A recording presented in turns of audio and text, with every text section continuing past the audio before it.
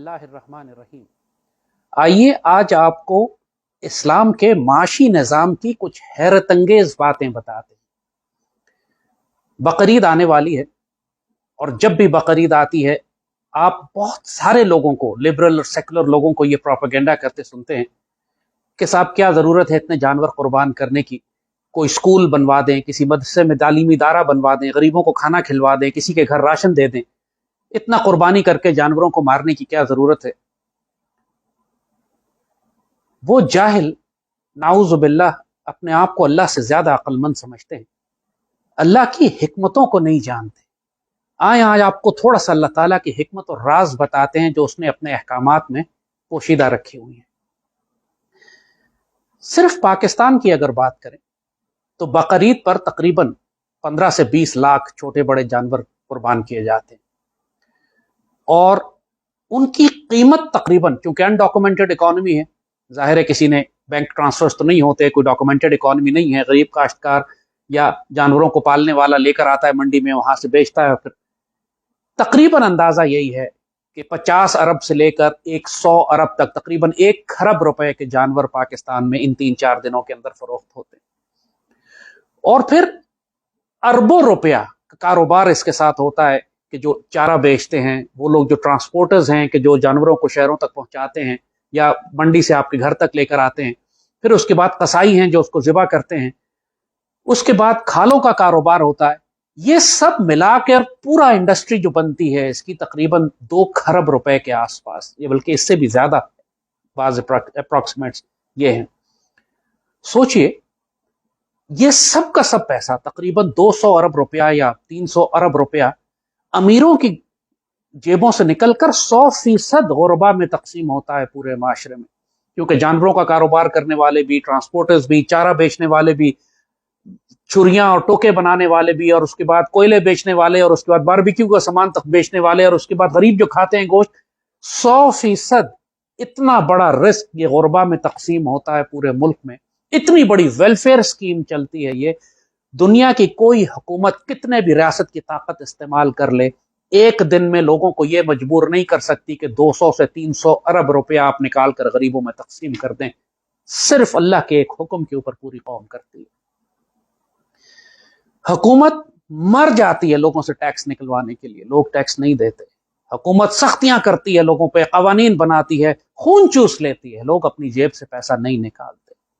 یہاں اللہ نے ایک حکم دیا ہے کہ سیدنا ابراہیم کی سنت میں سیدی رسول اللہ کی اطاعت میں تم نے قربانی کرنی ہے، اور جیسے کہا 200 سے 300 ارب روپیہ، 3 کھرب روپیہ معاشرے میں نکل کے امیروں کی جیب سے غریبوں میں چلا جاتا ہے۔ کائنات میں اس سے بڑی distribution of wealth, circulation of wealth کائنات میں ہو ہی نہیں سکتی، اتنے سے چھوٹے عرصے کے اندر اتنی زیادہ۔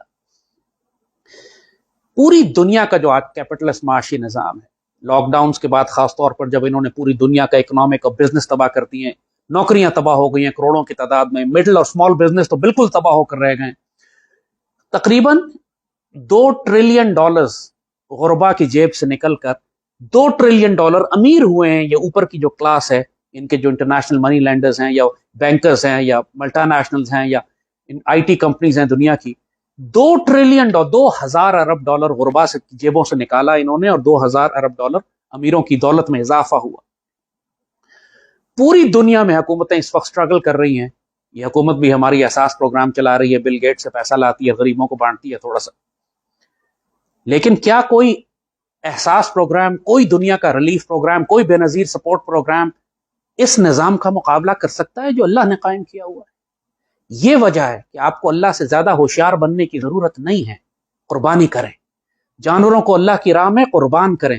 اس سے جو انڈسٹری بنتی ہے، اس سے جو سیکنڈری انڈسٹری ہے، پھر کھالیں نکلتی ہیں، ان کی کھالوں سے جو اربوں کا کاروبار ہوتا ہے، جو لیدر جیکٹس بنتی ہیں، پاکستان اس سے hundred of millions of dollars Pakistan اس سے زر مبادلہ کماتا ہے، یہ کھربوں میں بات چلی جاتی ہے۔ جو اوور آل بینیفٹ ہے اس زکوٰۃ اور قربانی کا، یہ تقریباً 10-12 ارب ڈالر کا ایک کاروبار ہوتا ہے صرف ان 3-4 دنوں میں، جو اس کی سیکنڈری انڈسٹری بھی آپ اس کے ساتھ لگا لیں، ویلیو ایڈڈ گڈز لگا لیں جو چمڑے کی بنتی ہیں اور پاکستان ایکسپورٹ کرتا ہے۔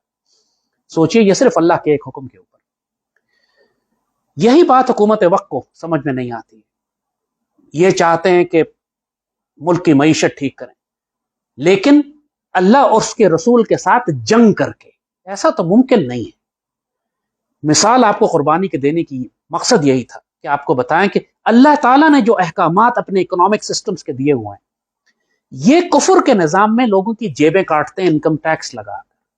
اسلام میں کوئی انکم ٹیکس نہیں ہے، ہمارے پاس سیونگز ٹیکس ہے، زکوٰۃ، کہ اگر تمہارے پاس اتنی دولت ہے جو تم نے 1 سال رکھی ہوئی ہے اور اس کو سرکولیٹ نہیں کیا، تو پھر اس میں سے 2.5% نکال کے تم اللہ کی راہ میں تقسیم کر دو. سوچئے اگر حکومت لوگوں سے یہ کہہ دے کہ جی آپ کا ہم انکم ٹیکس معاف کر رہے ہیں لیکن آپ زکوٰۃ حکومت کو دیں. جو حال قربانی کا ہے اس سے 10 گنا زیادہ معاملہ زکوٰۃ کا ہے. پاکستان کے لوگ حکومت کو ٹیکس نہیں دیتے، لیکن تمام افراد، چاہے وہ چھوٹے سے چھوٹا فرد ہو، نوکری پیشہ ملازم ہو یا ارب پتی انڈسٹریلسٹ ہو، سب اللہ کے حکم کے تحت ہر سال رمضان میں اپنی زکوٰۃ نکالتے ہیں. اور یہ زکوٰۃ بھی کھربوں روپے میں ہوتی ہے، یعنی کوئی حساب نہیں ہے، کیونکہ اگین انڈاکومنٹڈ اکانومی، کوئی حکومت کے تھرو زکوٰۃ نہیں دیتا. لوگ خاموشی سے اپنے پیسوں کی زکوٰۃ نکالتے ہیں، غریبوں میں تقسیم کر دیتے ہیں، چاہے وہ عیدی کو دیں، چاہے شوکت خانم کو دیں، چاہے وہ غریبوں میں تقسیم کریں، محلے میں دیں، کسی کو راشن ڈال کے دیں. دنیا کا سب سے بڑا ویلفیئر نظام پاکستان میں جو چل رہا ہے وہ انڈاکومنٹڈ ہے. حکومت کو نہیں پتا چلتا کہ کتنا پیسہ غریبوں میں تقسیم ہو رہا ہے، اور پورے ملک میں اندر غربا کی ویلفیئر کا ایک نظام چلتا ہے، اور وہ سارا والنٹیرلی ہے. اللہ کے ایک حکم کے اوپر زکوٰۃ نکالو. حکومت اگر صرف یہ اعلان کر دے، چلو پیرلل سسٹم چلا کے، آئیڈیا دیتے ہیں تمہیں، پیرلل سسٹم چلا کے دیکھو، کیونکہ پہلے ایک دفعہ زکوٰۃ کا حکم ضیاء الحق کے زمانے میں ہوا، لوگوں نے ہنگامہ کر دیا کہ ہم حکومت کو زکوٰۃ نہیں دیں گے. آپ پیرلل سسٹم چلا دیں، آپ کہیں جی ٹھیک ہے، یا آپ انکم ٹیکس دیں یا زکوٰۃ دیں، اور جو زکوٰۃ دے گا اس سے انکم ٹیکس معاف کر دی جائے گی. پیسہ سب کا خدا ہوتا ہے، دنیا دار آدمی کے لیے پیسہ بڑا خدا ہے، چاہے وہ اللہ کو خدا مانے، لیکن پھر بھی پیسہ جہاں بینیفٹ انٹرسٹ ہوتا ہے وہاں پہ وہ پیسے کی طرف جاتا ہے. ہر شخص یہ شوق سے چاہے گا کہ 15-20% انکم ٹیکس مہینے کا دینے کے بجائے 5-10% مہینے کا انکم ٹیکس دینے کے بجائے سال کا اگر 2.5% مجھے دینا پڑا تو یہ بہتر سودا ہے، یہ دے دیتے ہیں. کر کے دیکھ لیں، اگر لوگوں کو حکومت پر اعتبار ہو جائے کہ حکومت اس زکوٰۃ کے پیسے کو ضائع نہیں کرے گی، تو جتنا پیسہ آپ صرف انکم ٹیکس کی مد میں اکٹھا کرتے ہیں لوگوں سے، خود آپ کہتے ہیں کہ جناب 22 کروڑ آبادی میں 12-13 لاکھ لوگ انکم ٹیکس دیتے ہیں، انکم ٹیکس کی مد میں آپ جتنا پیسہ اکٹھا کرتے ہیں اس سے 100 گنا زیادہ پیسہ آپ زکوٰۃ کی مد میں اکٹھا کر لیں گے. اسی طریقے سے تجارت، اللہ تعالیٰ فرماتا ہے اس نے تجارت کو حلال قرار دیا ہے، سود کو حرام قرار دیا. آپ ملک کی معیشت ٹھیک کرنا چاہتے ہیں سود کی بنیاد پہ، جو کہ اللہ اس کے رسول کے ساتھ جنگ ہے، کیسے ٹھیک کریں گے؟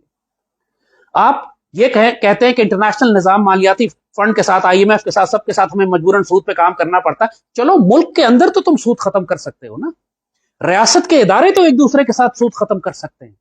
پاکستان کے سرکاری بینک حکومتی اداروں کو قرض دیتے ہیں، اس پہ سود کیوں دیتے ہیں؟ اسٹیٹ بینک اپنے ریاست کے اداروں کو قرض دیتی ہے، اس پہ سود کیوں لیتی ہے؟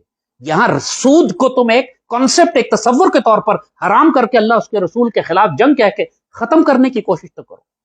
دیکھو تمہارے پروویڈنٹ فنڈ میں سود دے رہے ہوتے ہیں، ساری سکیمز تمہاری سود پہ چل رہی ہیں، کہ جو مرضی نیشنل سیونگز ہو یا سود، تم انٹرسٹ بیسڈ سود لوگوں کو کھلا رہے ہو، پھر کہتے ہو ملک کی معیشت ٹھیک کرنا چاہتے ہیں. یہی تم کو بتانے کا مقصد تھا کہ قربانی کا ایک حکم کھربوں روپے کی صدقات 1 دن میں 2 دن میں نکال کر لوگوں میں تقسیم کر دیتا ہے. زکوٰۃ کا ایک حکم کھربوں روپے کے صدقات اور زکوٰۃ پیسے نکل کے لوگوں میں تقسیم ہو جاتے ہیں، حکومت کو پتہ بھی نہیں چلتا. حکومت کا کوئی اختیار اور طاقت اس کنٹرول نہیں ہے ان 2 عبادات کے اوپر. تو جب حکومت چاہتی ہے کہ ملک کی معیشت ٹھیک کرے تو ملک میں تجارت کو فروغ دو، سود کو ختم کرو. کوشش کر کے دیکھو تمہیں اس کی برکتیں خود نظر آنی شروع ہو جائیں گی. آرگنائز کرو زکوٰۃ کے نظام کو.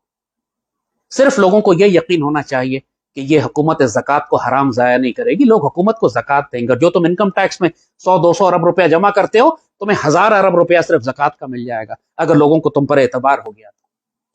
انشاءاللہ جب بھی اللہ تعالیٰ کوئی اپنا صاحب نظر، صاحب بصیرت، قائد اعظم جیسا کوئی لیڈر پاکستان میں آیا جس پر قوم کو اعتبار ہوگا، تو پھر اس کو کسی سے باہر سے پیسے مانگنے کی ضرورت نہیں ہوگی. اس کو IMF سے قرض نہیں لینے پڑیں گے. اس لیے نہیں کہ وہ لوگوں کا خون اندر سے نچوڑے گی، اس کی محبت اور پیار اور تعلق اپنی قوم کے ساتھ ہوگا. قوم کو اس پہ اعتماد اتنا ہوگا، وہ اللہ اس کے رسول کی نسبت پہ ان کے احکامات پر عمل کرنے والا ہوگا کہ قوم خود اپنی جان سے، اپنی جیب سے نکال کر اس کو دے گی کہ ملک کا نظام چلاؤ.